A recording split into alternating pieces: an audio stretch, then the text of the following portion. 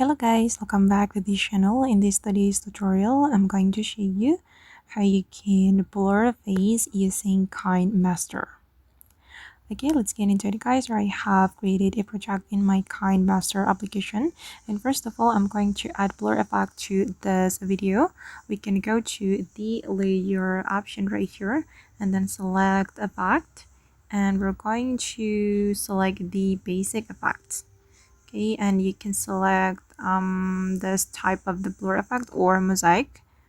I'm just going to select this one, and then we can adjust the size of the blur effect. You can also change the shape right here. I'm gonna go with the circle, and if you want to adjust the intensity, you can click on properties and you can increase or decrease the blur strength. Okay, wait, I'm going to make this effect align with my video. I'm going to drag it like this. Alright, and I'm going to make it smaller. Okay, and to make this blur effect follow the moving object, we can use this button. This is like a keyframe button we can use.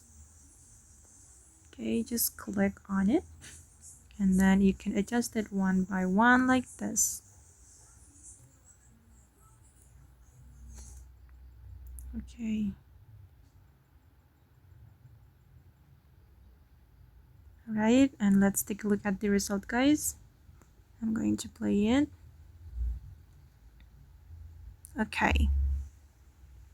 Okay guys, and that's how we can blur face using Kinemaster. I hope this video will be useful for you. Thank you so much for watching, and see you in the next video.